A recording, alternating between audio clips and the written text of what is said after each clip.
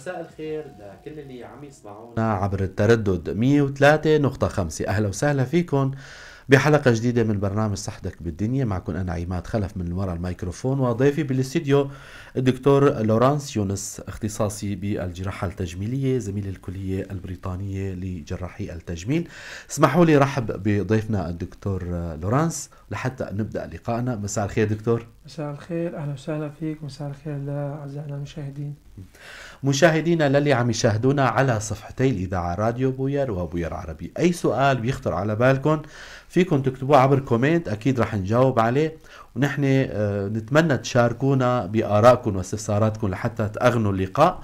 لقائنا لليوم اللي هيك حابين نحكي عنه أو موضوعنا عن نحت الجسم. هلأ بين قوسين رح تقولوا شو هو نحت الجسم، أكيد رح نجاوب عليه. الدكتور رح يشرح لنا شو هو نحت الجسم، شو الشروط وشو الواجب، وكثير من المحاور رح نناقشها مع ضيفنا الدكتور لورانس. بالبداية دكتور، كعملية نحت الجسم شو هي؟ مؤخرا صار في كتير عمليات تنجرى هون حقيقة، فلو تشرحوا لنا اياها. أهلا وسهلا فيك. هلا نحت الجسم وشفط الشحوم كإجراء جراحي فرق بسيط بيناتهم تقريبا. الاثنين هدفهم هو الخلية الشحمية أو النسيج الشحمي المتواجد بالجسم. شفط الشحوم يكون هدفه كتلي، إنه نستأصل أو نشفط كمية معينة، مثلا 2 3 كيلو 4 كيلو اللي المنطقة اللي بده يخلص منها المريض، تمام، بدون مراعاة أي قواعد تانية بالجسم. نحت الجسم بيختلف تماما. بيجي عندنا مريض مثلا بده ينحت الخواصر لحتى يبرز منطقة تانية. بيجي عندنا مريض، أحيانا بيجي عندنا مدربين رياضة بيكون عندهم كمية صغيرة من الشحم مغطية على عضلة، كمية صغيرة بالشحم موجودة بجسمه ما فيه يتخلص منها بالرياضة. نقوم بعملية النحت بحيث نشفط كمية الشحم من منطقة صغيرة بالجسم. إذا شفنا كمية شحم بالمنطقة اللي ما بدنا نستهدفها عم نتركها، فمعناته الشحم المو مرغوب فيه بنشيله، والشحم فيه مرغوب فيه بنخليه بمنطقة هاي اسمها عملية النحت. هون نحن نبرز مثلا ابراز العضلات، مثلا الشحم اللي فوق العضله ما بنشيله، الشحم اللي جنب العضله بنشيله، الشحم اللي جنب العضله من الجهه الثانيه بنشيله. اذا واحد بده يبرز العضله هذا اسمه النحت. تمام. شفط الشحوم نستهدف شفط شحوم كتلي او اعمى او بلند او كيف ما فينا نسميه، بدون مراعاة اي مناطق تقسيمات تشريحية بالجسم. نتداخل على المنطقة ونشفطها. كل وحدة لها استطبابات وكل وحدة لها مرضى معينين. تماما.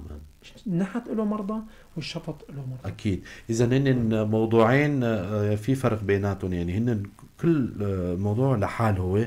وهلا دكتور ذكرت موضوع انه في ناس مثلا عندهم مثل الرياضيين اللي هن بحاجه لادق التفاصيل لابراز عضله معينه على حساب عضله اخرى، عندهم بيكون ما في تناظر، قد يكون عندهم يعني في كتير يعني تفاصيل دقيقه اذا بدنا نحكي فيها.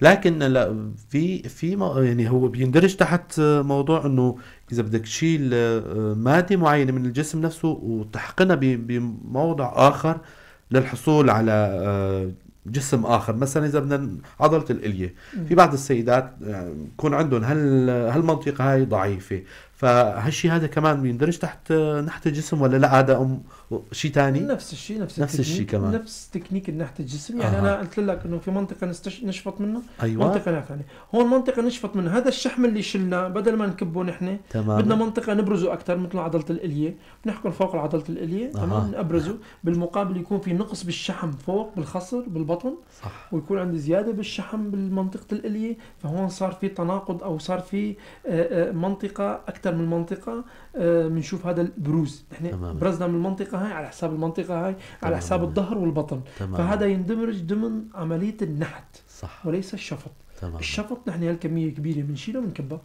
الشفط له مرضى، يعني مثل مرضى السكري، مرضى الشحوم المعندة، بدهم يخلصوا من الشحم اللي عندهم لحتى تتحسن الحالة الصحية عندهم. يمكن نعمل لهم شيء اسمه شفط علاجي، تمام. أما النحت لا، هو مرضى معين. دكتور، هلا قبل ما نفوت على الحلقة كمان كنا عم نحكي موضوع جراحة التجميلية هي من أدق الجراحات، يعني هي في إلى معايير وفي إلى مقاييس، ولكل مريض له قاعدة خاصة. يعني انه ما في مثلا مثل الجراحه العامه 1 زائد 1 يساوي 2. الاستئصال فرضا المراره هيك بدها يا كذا يا كذا.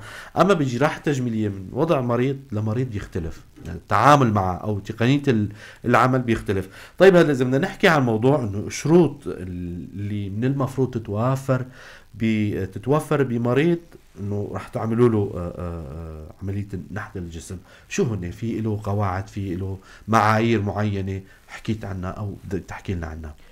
هلا بالنسبة للشفط كان أو للنحت، كل عملية جراحية لها شروط خاص فيها. تماما. كل منطقة مستهدفة نتداخل عليها في شروط خاصة فيها نحن لازم نراعيها. بس في نقاط ثابتة هدول مشتركة لكل المرضى. تمام. يعني فينا نعمم مع كل المرضى. نعم. أول شيء الحالة الصحية للمريض، هل تسمح الحالة الصحية للمريض بإجراء العمل الجراحي؟ جميل جدا. هل هناك أمراض مرافقة موجود عند المريض؟ يعني مثلا أنا قلت لك قبل هلأ شغلة إنه بيجينا أحيانا المريض السكري، مريض السكري لحتى نخلصه من الشحم. تمام. هون نحن مثل ما بيقول إنه حدين سيف. صح. هذا مريض تشالنجينج، يعني هذا المريض مريض خطر. تمام. بس مريض واصل لمرحلة نهائية، عنده شحوم معندة وعنده شحوم كتير بجسمه، نحن بدنا نخلصه من هالشحم لحتى يخف كمية الشحم بجسمه لحتى تزيد حساسية الخلية الشحمية للأنسولين. هذا مريض تشالنجينج، مريض له تحضير طويل جدا. مراقبة دقيقة لصيقة قبل العمل الجراحي، تحضير تكنيك معين داخل العمل الجراحي، مراقبة لصيقة لبعد العمل الجراحي لنوصل المريض لبر الأمان. صح. تمام. هون لنخلص. هذا مريض، هذا مو مريض تجميل. تمام. هذا مريض. أما بيجينا مريض مثلا بده يعمل شفط شحم لكمية معينة بجسمه ما بده إياها. نعم. هذا في نقاط معينة محددة. هل هو مدخن؟ إذا كان مدخن قبل بأسبوعين يفضل إنه يقطع الدخان. إذا ما قدر يقطع الدخان يخفف على الأخير. جميل. قبل بأسبوعين، بعد بأسبوعين، قبل العمل الجراحي بأسبوعين، بعد العمل الجراحي بأسبوعين.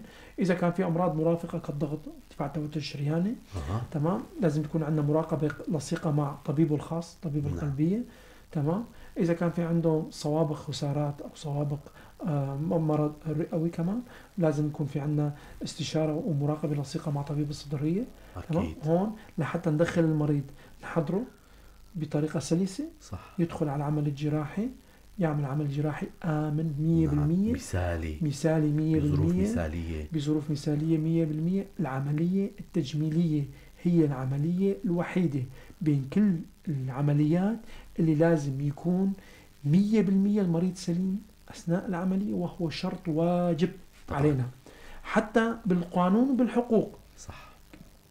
كل الطب كل الإجراءات تمام بينضمنوا ضمن بالقانون انه ارتباط المريض بالطبيب، ارتباط حقوق الطبيب مريض على الطبيب هو التزام بغاية، الا طبيب التجميل هو بعناية، عفوا العام بعناية والطبيب بغاية. تمام. انا جاي هالغاية بدي احققها 100%. صح. وبشروط سليمة، هيك لازم يكون التجميل الصح. فهذا له شروط، له متابعة قبل أثناء بعد العمل الجراحي لنوصل المريض لبر الأمان، ليخلص المريض ببر الأمان بسلامة قبل ما نفكر حتى بنتائج العمل الجراحي. لازم يكون أول شيء شروطه 100% سليم، بعدين نفكر بنتائج العمل الجراحي اللي المريض جاي لعنا متوقع منه انه ياخذ 100% من الاكسبكتيشن، النتيجة المرجوة يعني. تمام. طيب دكتور، هلا حكيت ضمن سياق حديثك هلا وهي من البروتوكول عمليات التجميل انه موضوع الاجراءات المطلوبه لاي مريض مقبل لعمل جراحي، عمليه نحت اللي هو اليوم موضوعنا. هلا باي عمليات بتكون احيانا يدخل المريض بحاله اسعافيه على غرفه العمليات، المريض اكل، المريض مصدوم، المريض اي شيء. هلا ما بتطبق عليه شروط المطلوبه. اما مريض التجميل جاي على 100 مهله، مقرر، مفكر، متصالح مع نفسه او حاطط بباله هالشيء هذا، بالاتفاق مع الطبيب وصلوا لنتيجه او قرار انه بدهم يعملوا عمليه. يا ترى الاجراءات اللي تنعمل لمريض نحت هو كاجراءات ثانيه مثل اي عمل جراحي اخر، ولا في شيء بلاس مثلا اكثر منه؟ هلا إضافة يعني إذا بنحكي بالشروط الخاصة بعملية النحت مثلا، تمام. في شوية إجراءات نحن بنتخذها أثناء العمل الجراحي، وشوية إجراءات بعد العمل الجراحي. مثلا مريض النحت أو مريض الشفط اثنيناتهم لازم مشد، لازم تمييع للدم، لازم نميع الدم. نحن نحط بال، نحن لازم نتوقع الأسوأ، نحط بالنا انه هذا المريض انا عملت له عمل جراحي، انا عم اقول للمريض بعد العمليه مثلا تحرك كثير، امشي، روح، تعا، اشرب سوائل كثير. انا اعطيته هالتوصايه، بس انا بذاتي لازم استعد لمريض ما بيطبق هالتوصايه هاي. فلذلك انا وقائيا انا بميع دم المريض، تمام. نعطيه مميعات، في مشدات نعطيها لانه نحن عم تكون سطح التسليخ واسع جوا لحتى يضغط، لحتى ما يصير عنده نزف، ما يصير عنده نزف سوائل، تمام. مراقبه لصيقه، مضادات التهاب، مضادات وزمه نعطيها هون. اضافه فوق كل هذا كله المراقبة اللصيقة القريبة، وإعادة الفحص أو إعادة التقييم اليومي أو ال 48 ساعة. تمام. لازم دائما أقيم مريضي كل 48 ساعة، كل 24 ساعة، صحته جيدة، صحته منيحة، تمام. بعد النتائج هاي حق المريض ياخذها 100%. أنا جاي مريض بده ياخذ نتيجة فلانية لازم ياخذها، بس في عندي عناية لازم أكون منتبه عليها. تحضير أما بالنسبة للعملية ذات نفسها أثناء العملية، هذا 90% من عملياتها تجرى بالمشافي. نعم.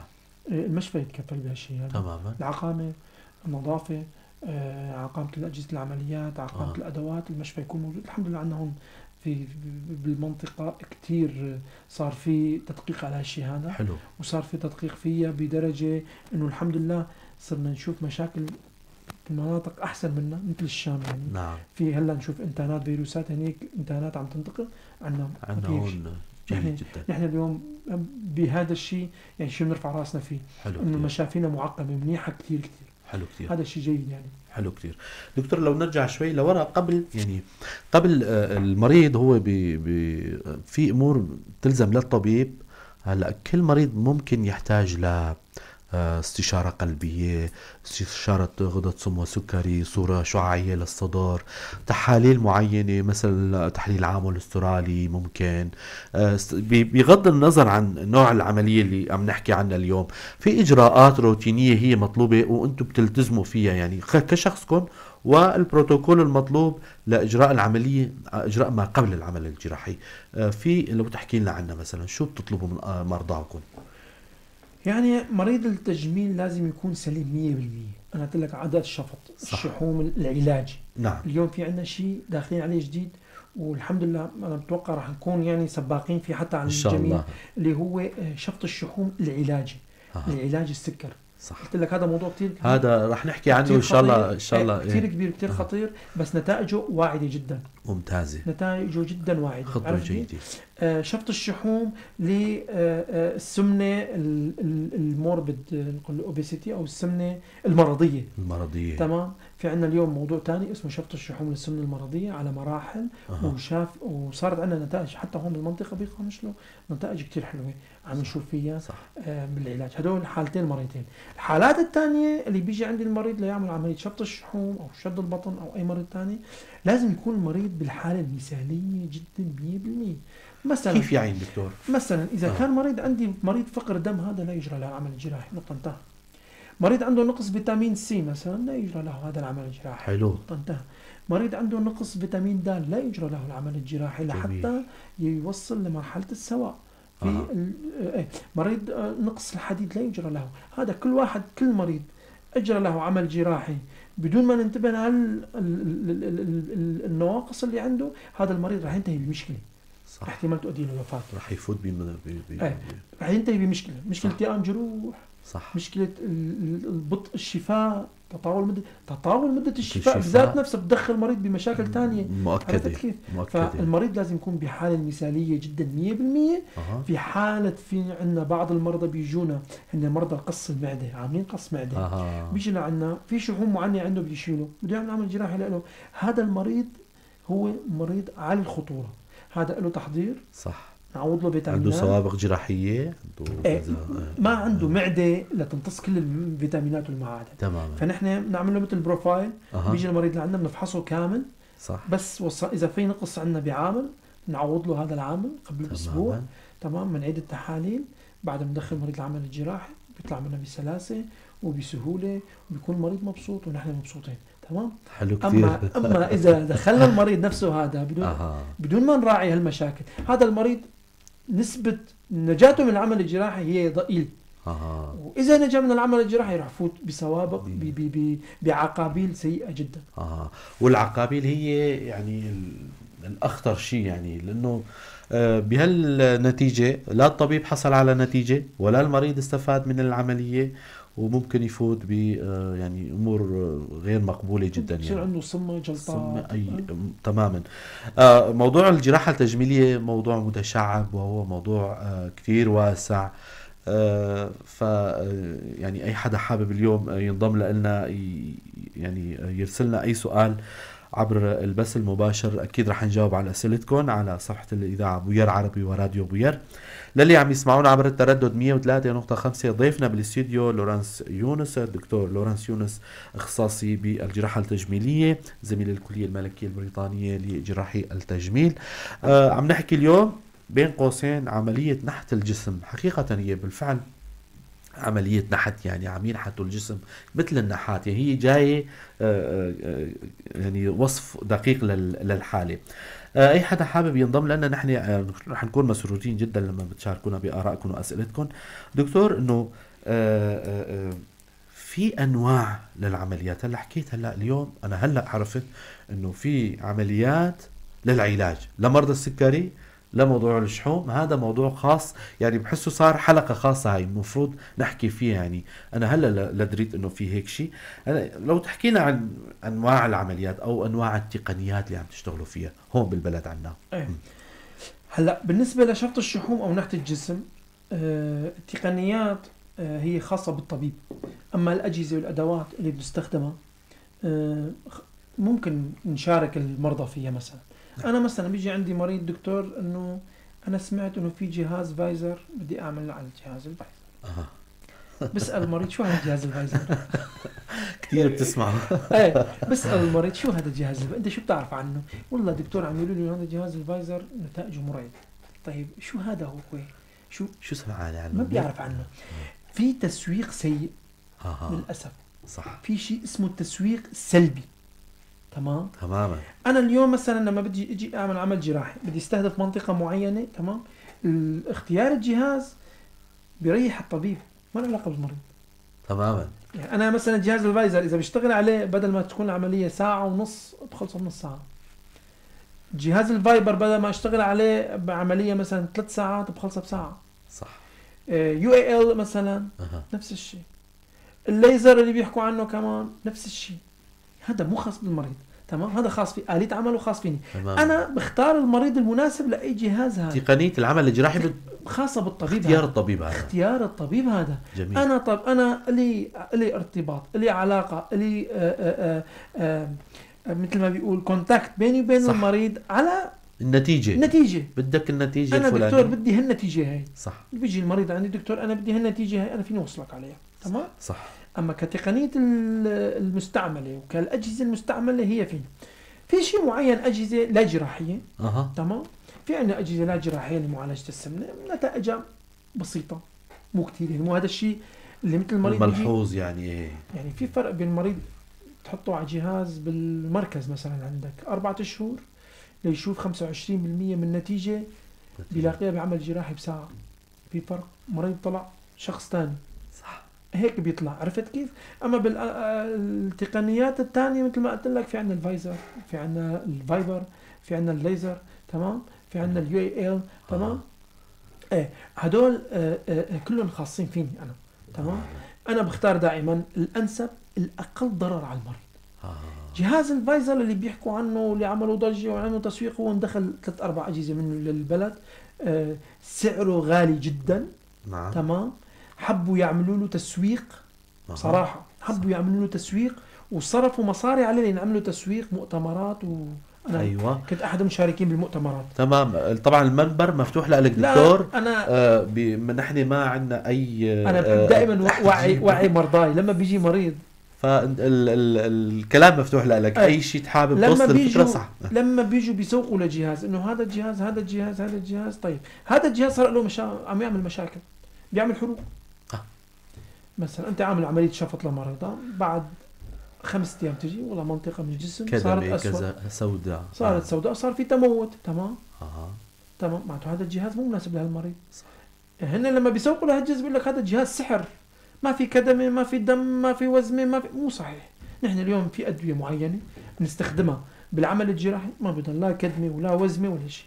تماما. تمام، شو فائده الجهاز ده غير الضرر اللي يحصل لي؟ اذا هو مو سوء استخدام، ولكن هو لا.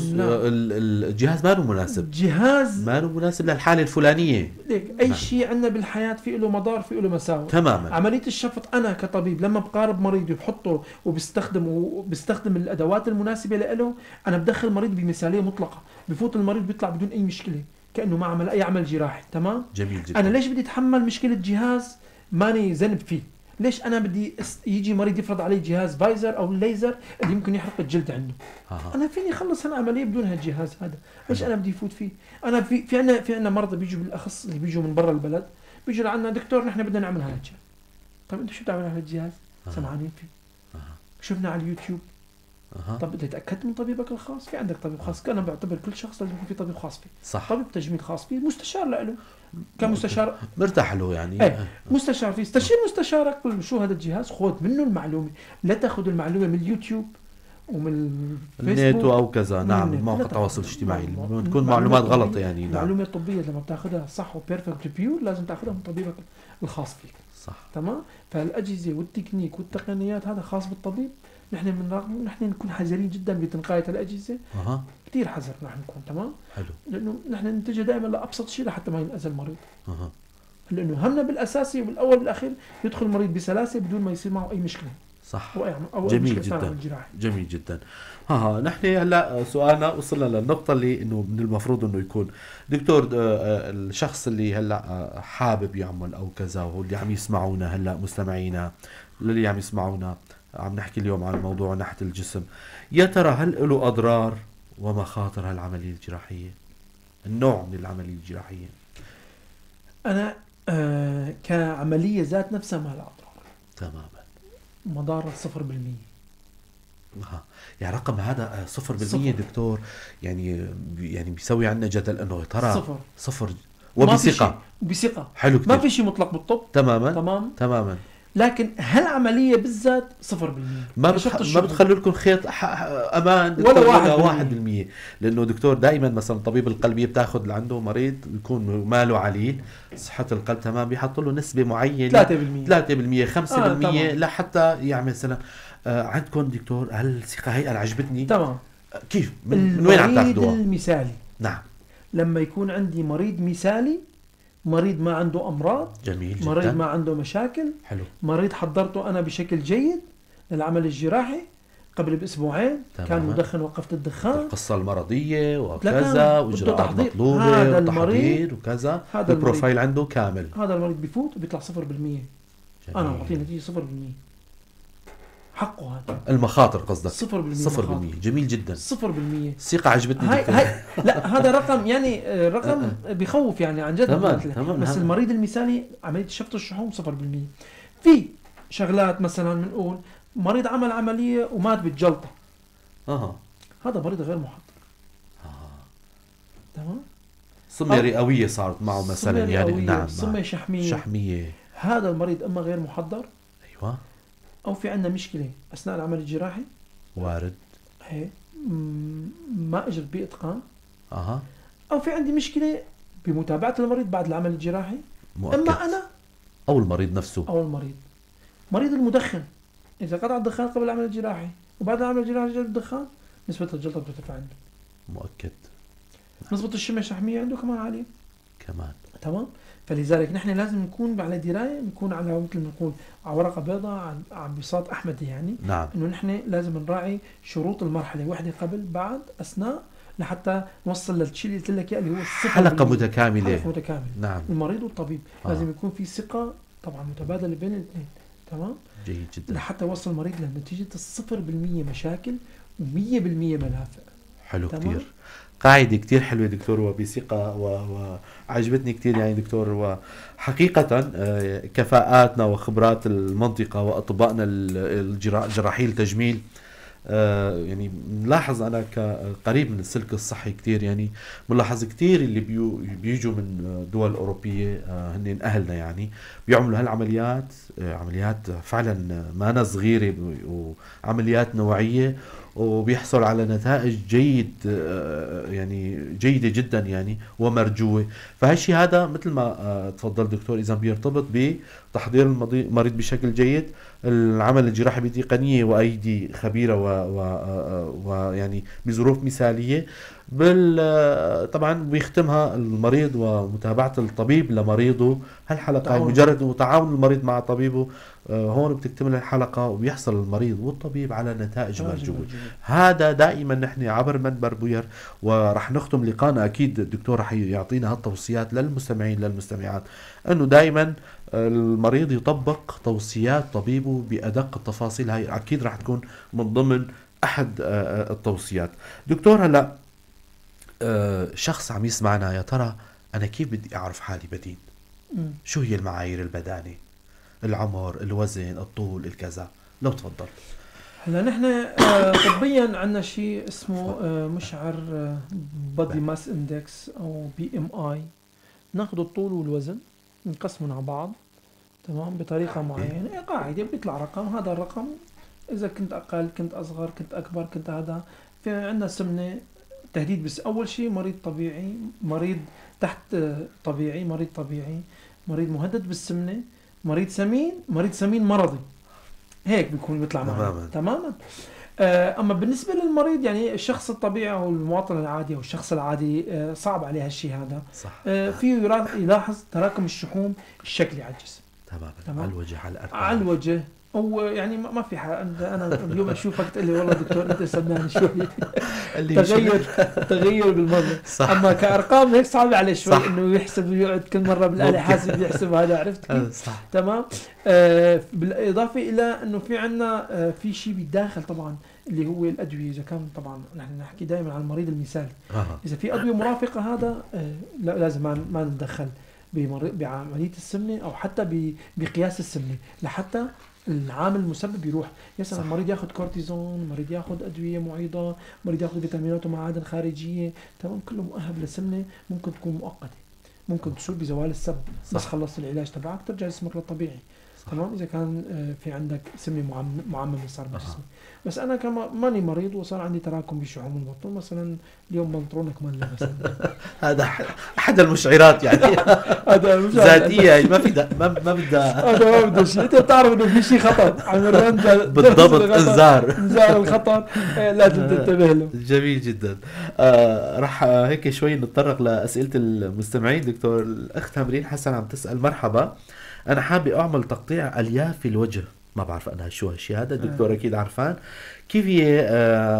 عم اتوقع خارج اطار الحلقة اللي عم تحكوا عنها، ما في مشكلة، نحن يعني باعتبار هو ضمن يعني اختصاص طبيبنا، انه انا حابة اعمل تقطيع الياف في الوجه.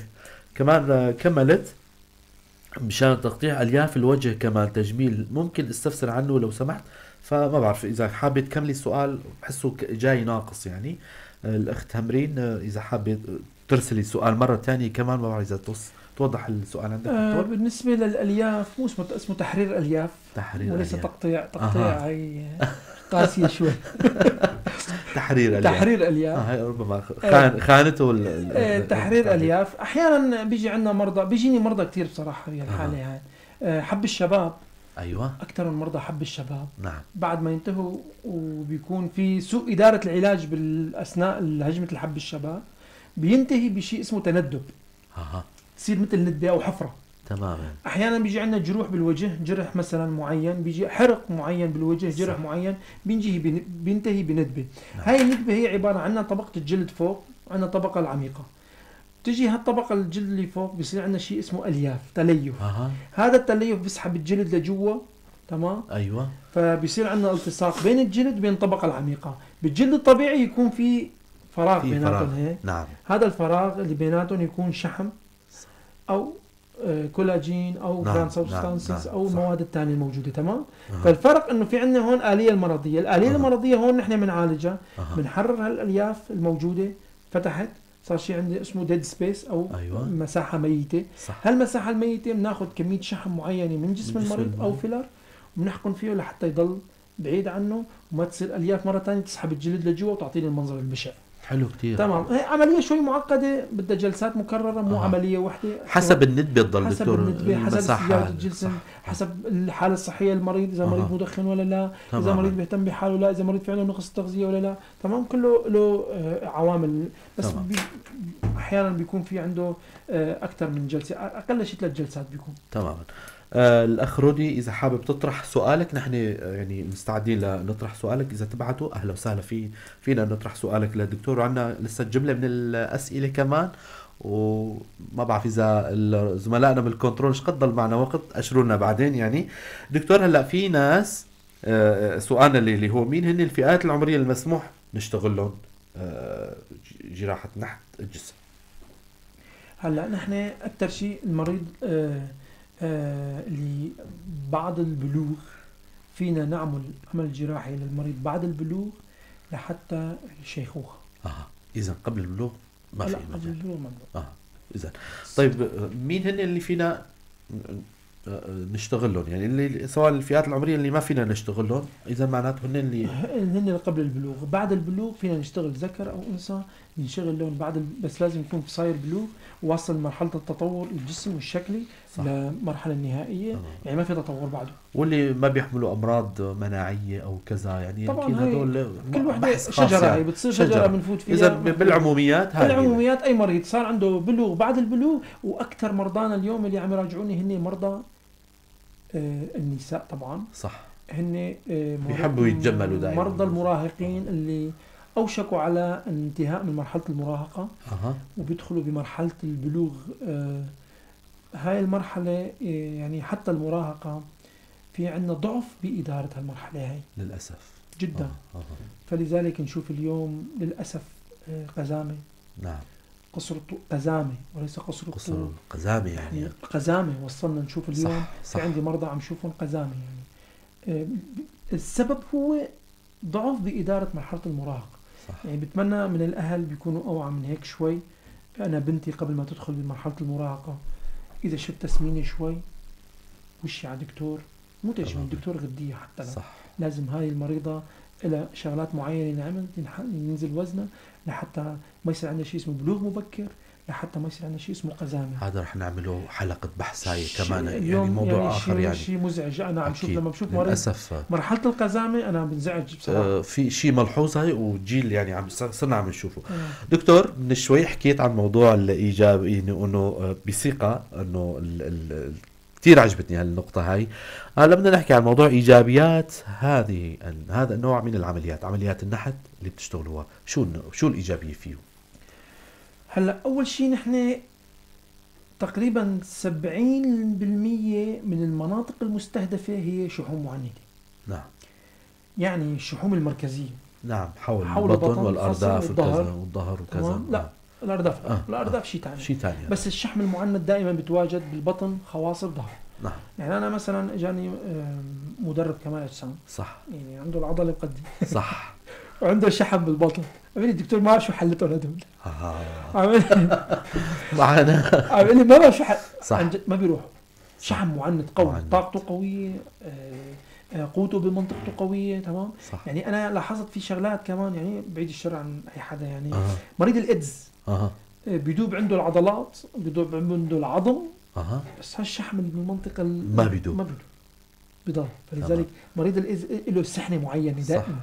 تلاقي نحيل عنده بطن عالي، ظهر عالي، مثل الحبن يعني كأنه شبه حبن بس تحت السرارة. تمام. نحن بعملية الشفط 70-80% من منطقة استهدافنا هي الشحم المعند. صح. مجرد تخليص المريض من هذا الشحم المعند أنت تقول your body is under control now. يعني جسمك هلا صار تحت سيطرتك. يعني أنت فورا فيك تعمل رياضة مثلا تنحف، فيك بعد تسمن. أما أنا إذا ما عندي شحم المركزي بروح على النادي وبمل وبطق وآخر شيء بيجي عندي مريض دكتور مشان الله طقيت صار لي 6 شهور. ما خليت أدوية، ما خليت نادي، ما خليت رياضة، ما خليت شيء، وما خليت حميات قاسية. نعم. توصل أحيانا مريض بيمرض. صح. قل له أنا عندك شحم مركزي انسى كل هدول فقط. بس عندك شحم مركزي بتنسى. صح. تمام. فنحن افضل واحسن نتائج نعطيها للمريض هو لما نخلصه من الشحم المركزي الموجود عنده. تمام. حتى اثناء العمل الجراحي هذا الشحم له لون معين.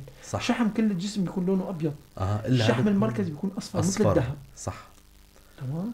بيكون فيه طاقة عالية. نعم. تمام. تخليصك منه خلصك من أمراض. هذا الشحم نفسه اللي بيترسب بالأوعية والشرايين والقلب. لا هيك على الراحة النفسية اللي بياخذها المريض. هذا حق ثاني. هذا حق مريض هذا. تمام. نحن نحكي عن شيء مريض ما بيفكر فيه. طاقة غير. ايه طبعا. بس هذا نحكي لك عن شيء انه مريض مو حاسب حسابه. هي نحن بنسميه انه القنبلة الموقوتة. تمام. انه هاي القنبلة الشحم المركزي بأي لحظة ممكن يصيب لك محل بدون ما تحس فيه. احتمال شرايين، احتمال غدد داخلية الإفراز، احتمال بالقلب. هذا بده يترسب بالنهاية لأنه ما له محل بالجسم. صح. بس تعدى عن محله.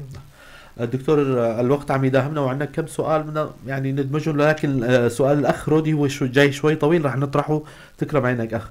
ما مدى تأثير مرض السكري على نجاح الجراحات التجميلية والتئام الجروح، وما هي الاحتياطات التي يجب أن اتخاذها قبل وبعد العملية لتقليل المخاطر المحتملة؟ أنت اختصرت أسئلتنا اللي نحن مفروض نطرحها.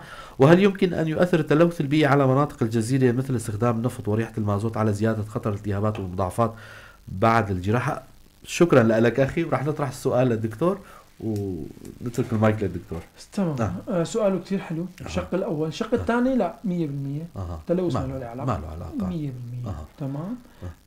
الشق الأول من السؤال سؤال كتير حلو. بالنسبة للسكري في حال كان في جنة عملية فيها جرح كبير. تمام.